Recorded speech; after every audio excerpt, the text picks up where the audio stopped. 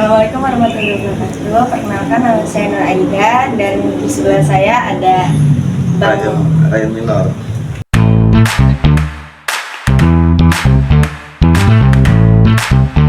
Ya, di sini saya akan mewawancarai perihal tentang karya musik yang udah dibuat oleh Bang Ryan.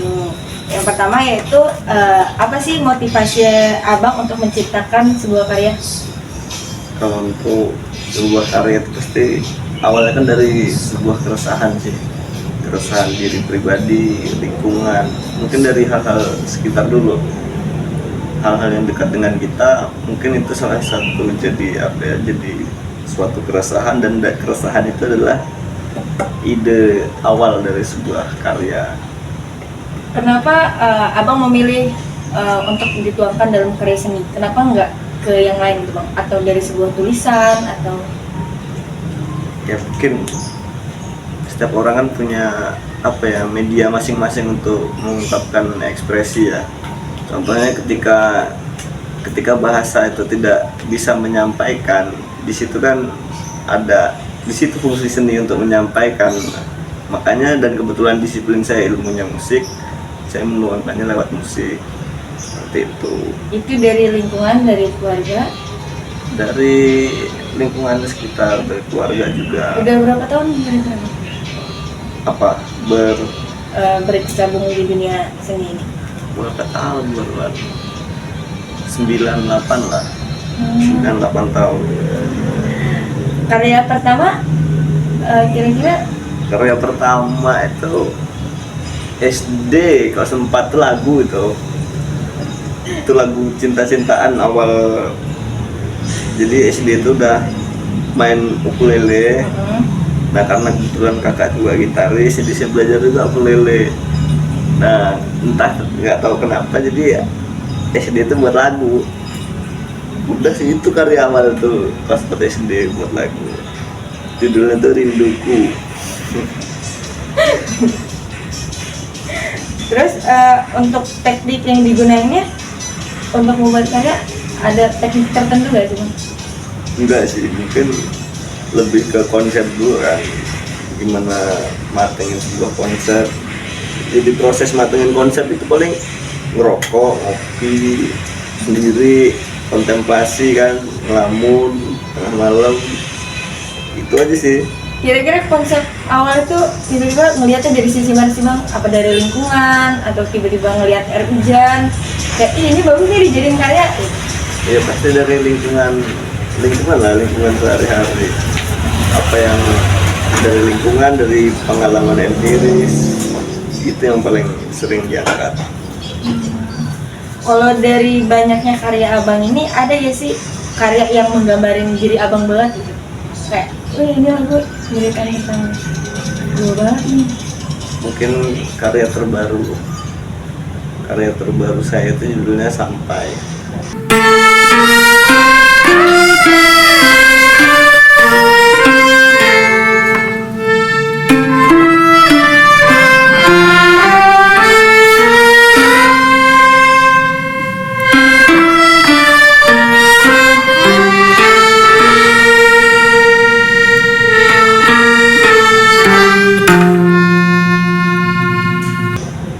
Jadi sampai itu bukan sebuah jadi sampai itu sebuah harapan. Itu dari pengalaman pribadi. Mungkin Aida pernah nggak mau ngungkapin perasaan ke ibu tapi segan? Oh iya. Ngungkapin rasa, Bu, aku sayang banget sama ibu. Itu kan pasti ada rasa segan kan setiap manusia. Nah itu dari keresahan itu sebenarnya pribadiku ke ibu tuh dia pengen ngungkapin seperti itu, tapi mungkin ada pesan inti yang kiranya itu sulit untuk disampaikan melalui kata. Nah jadi muncullah karya Sampai itu. Jadi karya Sampai itu kan ketika kita masih kecil nih, ketika kita belum bisa mengenal bahasa, ibu kita ngomong ke kita tuh, kita nggak ngerti apa yang dia omongin sama ibu kita kan sebenarnya. Nah nanti besar jadi orang yang sukses gitu. Kita nggak ngerti secara bahasa, tapi kita dapat nangkep rasa kasih sayang itu melalui emosional. Saya balikan ketika anak ini udah besar, pastikan dia ada sesuatu hal yang mungkin sungkan untuk dikatakan langsung ke ibunya. Makanya disampaikannya melalui musik. Kenapa musik? Karena musik lebih cepat dalam menstimulus emosional manusia. Nah, di situ juga menemukan saya mencoba merubah yang biasanya jadi dari partitur, biasanya pakai partitur, itu kubah dari kata pesan intim yang mau lo sampein ke orang tua dari situ. Dan itu pun terserah mainkannya improv untuk di nada, tapi diketukan itu sesuai dengan pesan yang kita tulis. Jadi kita nulis pesan, di sampingnya foto ibu kita, ketukannya sesuai pesan yang kita tulis. Semuanya Bu, berarti satu ketukan Bu. Maaf ya aku nakal, maaf ya aku nakal. Nah, untuk nada itu terserah berdasarkan pengalaman musikalitas masing-masing. Untuk dari semua karya abang ini, kesulitan yang abang hadapi itu apa? Kalau untuk ya mungkin manajemen player, karena kan nggak bisa dipaksakan manajemen player. Kita memanage berapa player itu kan dengan emosi yang berbeda, dengan kondisi yang berbeda, moodnya gimana. Ya mungkin lebih di situ aja sih, gimana kita nyamain semangat dulu, nyamain mood dan lain-lain sebelum proses. Kalau misalnya tujuan dari abang ngebuat karya-karya abang itu ada nggak? Tujuannya kayak emang untuk senang-senang doang atau emang ada tujuan lain? Kalau yang pertama sih itu untuk kalau yang pertama sih untuk kepuasan batin ya, kepuasan batin pribadi. Terus yang kedua untuk mengembalikan fungsi seni, itu emang mimpi saya. Jadi kan seni yang sekarang kan mungkin yang orang tahu hanya sebatas untuk hiburan kan, tapi kan seni sebenarnya lebih dalam, lebih jauh dari bukan sekedar hiburan. Gimana seni itu sebagai sebagai media pengobatan, sebagai banyak lah, intinya nggak cuma sebatas hiburan. Nah, terus untuk selain kesenangan batin tadi ada, jadi sekarang di setiap negara tuh ada musik declare. Musik declare itu yang dimana para musisi itu mengkompos sebuah musik yang membahas tentang environment atau krisis iklim.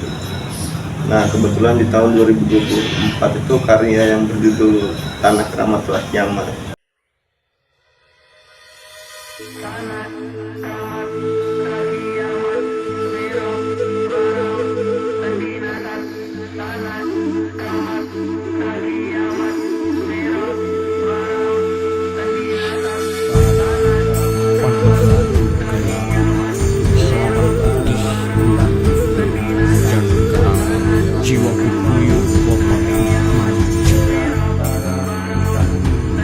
Sedang kau menjelma, kesepianku menggeliat naluri mati.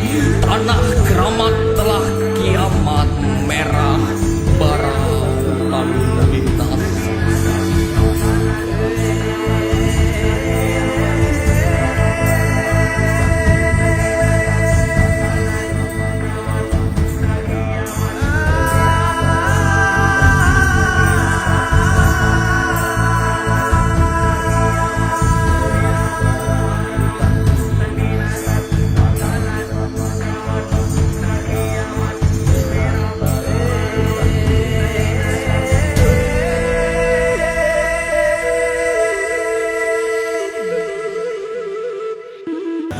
Nah, itu kita ikut berpartisipasi dalam musik declare itu. Jadi Tanah Keramat Telah Kiamat itu penggambaran dari hutan yang dulu keramat, yang dianggap keramat, yang dulu angker, gimana sebagai penyumbang oksigen, itu udah nggak ada lagi sekarang. Tanah adat udah direbut, hutan-hutan udah kebakaran, dijunjung gitu. Jadi kan ada peran musik sebagai bentuk penjagaan terhadap iklim, nggak cuma sebagai oh iya bagus hiburan gitu aja. Kalau untuk penggunaan teknologi, Pak? Penggunaan teknologi, nah jadi aku ada beberapa grup. Emang yang satu pure akustik, yang satu tuh folktronic, dimana kita main elektronik dicampur dengan akustik penggunaan IDM ya, DAW live. Itu kita combine dengan main musik langsung akustik. Karya abang yang paling berperan banget dalam hidup abang tuh apa? Karya yang paling Untuk saat ngebangun ini, abang banget gitu ya? untuk saat ini sih ya karya terbaru sampai ini. Karena di situ saya menemukan metode penciptaan baru kan. Jadi yang biasanya orang itu sulit, jadi dia nulis pesan dulu. Jadi kan menurutku sebuah metode baru, gimana yang biasanya orang menulis dengan ini dengan kita tulis dengan pesan, terus dengan foto orang yang kita tuju di situ, dan skor ketukan itu dari pesan yang kita tulis tadi berdasarkan suku kata. Sebenarnya bu berarti tetap itu, kamu berarti ada kamu. Nah itu yang masih gue kembangin kan. Paling jauh main gimana bang Untuk apa? untuk main-main musik atau penciptaan musik ini abang udah dibawa kemana gitu? Di Sumbar mungkin, Sumbar, Kalimantan, Udah kan? Itu abang ini kesana emang ada bantuan orang atau emang dari diri sendiri sih? Kayak untuk maju ke tahap yang sekarang ini ada bantuan orang lain nggak buat ke arah sana ini? Tentu pasti banyak bantuan dari lingkungan sekitar kan yang memotivasi untuk terus berkarya, untuk terus berbuat. Itu sangat membantu sih. Nah kalau yang untuk apa tadi? Untuk ke arah yang kesana. Untuk ke arah yang sana, ya itu pasti lingkungan sekitar kan selalu nge-support gimana untuk kita terus berkesenian. Itu sih. Untuk kerjasama, kira-kira ada kerjasama sama orang luar atau? Kalau untuk kerjasama ya musik diklar itu ukuran di Indonesia. Terus untuk ada namanya penggiat bunyi Sumatera, barisan penggiat bunyi Sumatera, itu memang kita bekerja sama untuk ranahnya Sumatera dulu buat album kompilasi.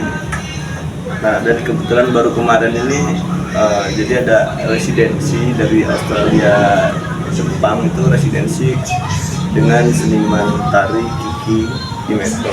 Nah kebetulan saya sebagai komposer itu baru itu sih. Itu apa nama karyanya bang? Itu karya Wonder Woman tapi masih tahap presentasi pertama. Wonder Woman ini jadi dari mana? Nah, jadi Wonder Woman itu dan yang inilah ini tari rupanya. Oh ini kita. Cuma ngiringin aja kita. Oh iya. Untuk karya-karya yang jelasin tentang peristiwa ini ada bang? Karya-karya yang jelasin tentang peristiwa mungkin The Power of Bulang.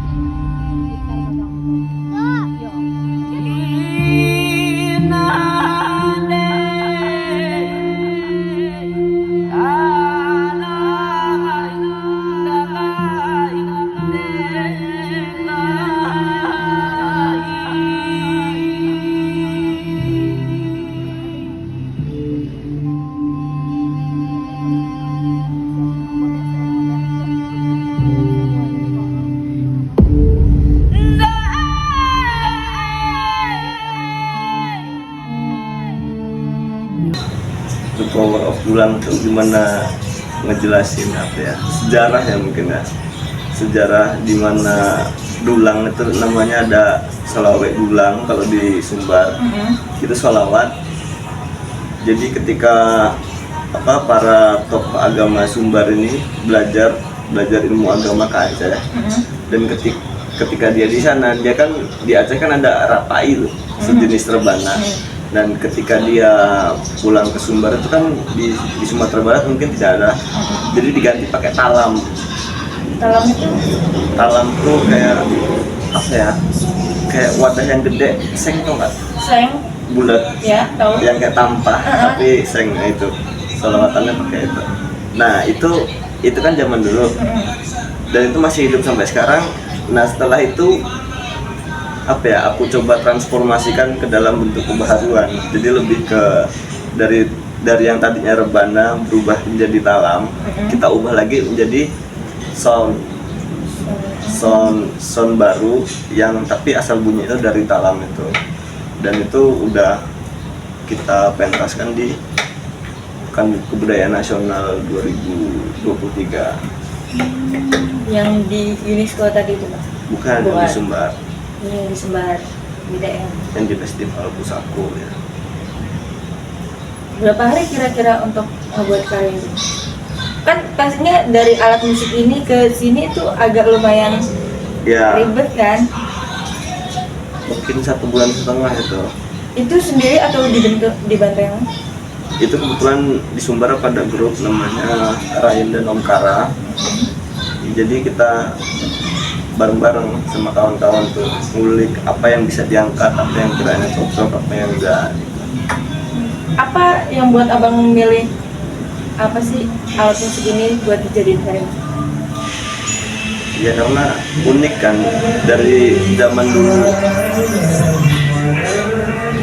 dulu aja.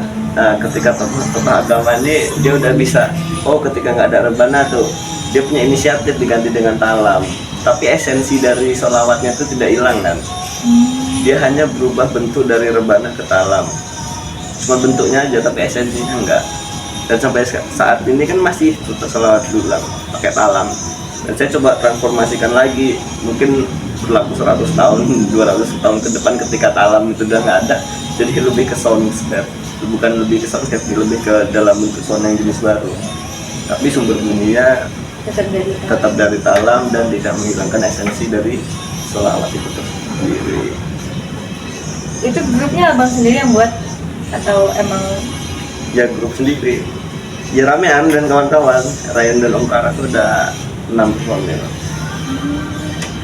Dari tahun berapa itu kan? Itu dari tahun 2003, 2023 baru. Untuk karya yang terakhir itu yang sekarang lagi dikerjain ada Bang?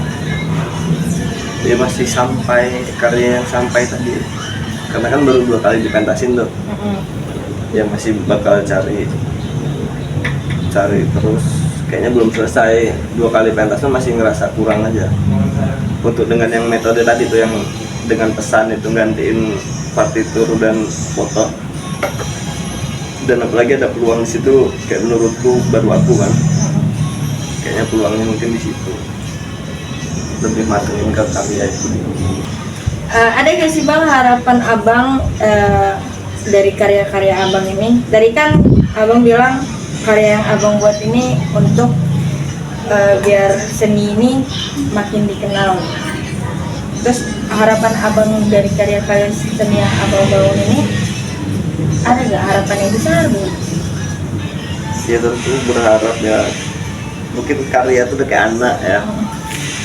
Ketika udah jadi anak itu kan pasti punya harapan sih ke anak masing-masing. Kayak contoh Tanah Keramat Telah Kiamat, ya harapannya di balik itu ya dapat menyadarkan orang, terkhusus reminder buat diri sendiri, jangan sampailah merusak lingkungan, jangan sampai merusak alam. Itu juga harapannya dengan karya ini orang menjadi lebih tahu, menjadi lebih paham. Untuk pengalaman yang berkesan ada nggak sih? Untuk pengalaman yang berkesan mungkin yang pameran suara itu di Sumbar, yang judulnya itu apa ya, The Voice Journey of Maitam.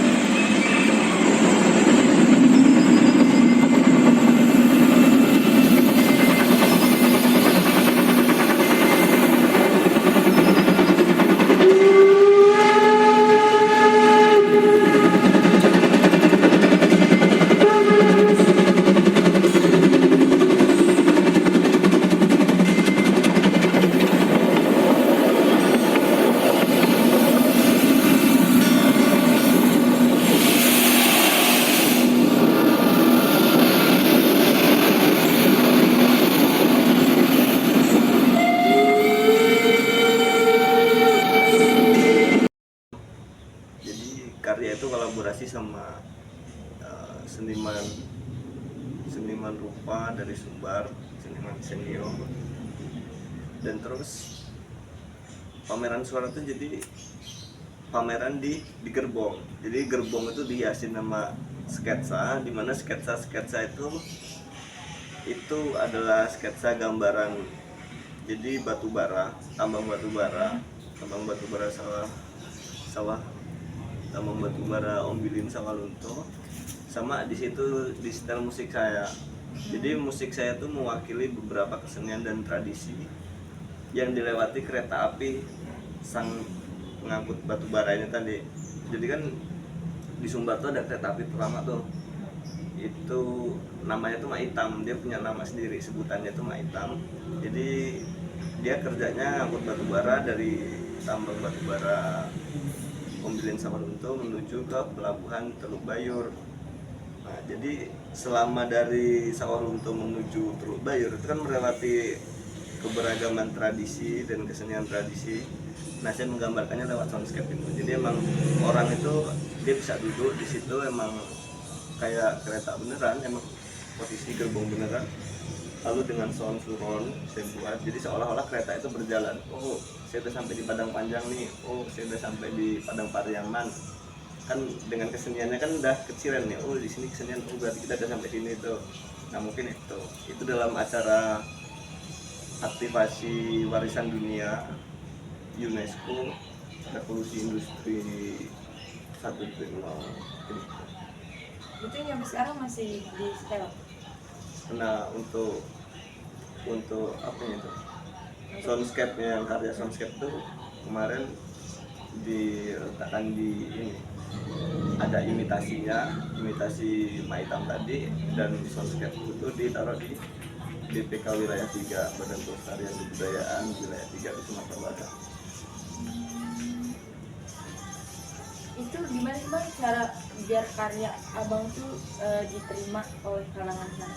Ada nggak sebuah cara atau?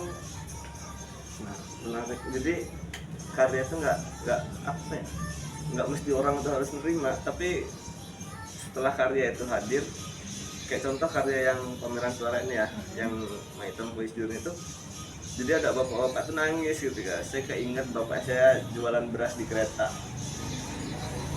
itu nangis. Jadi kayak aku sendiri ngerasa apa ya, ngerasa ada haru terhadap karya aku sendiri ketika orang lain, oh ternyata dia kembali menjemput ingatannya nih, oh bapak saya dulu pernah jual kereta. Ketika suara itu hadir, dia keinget kan dengan memori-memorinya dulu, dan dia ngomong ke aku kan, aku jadi keinget apa almarhum ayahku dulu ketika menjual beras di atas kereta. Mungkin gitu. Itu yang membuat bisa diterima oleh pendengar juga ya Bang? Iya, nggak maksa juga sih yang lain mau menerima apa enggak gitu. Tapi ketika udah ada yang gitu kan berarti oh dia menerima tuh dan relate kan dengan apa yang dia alami. Oke, makasih ya Bang Ryan untuk wawancara hari ini. Aida cukupin aja wawancara untuk pada sore hari ini. Dan terima kasih dari saya Nur Aida. Seren minor. Kami ucapkan terima kasih dan assalamualaikum warahmatullahi wabarakatuh.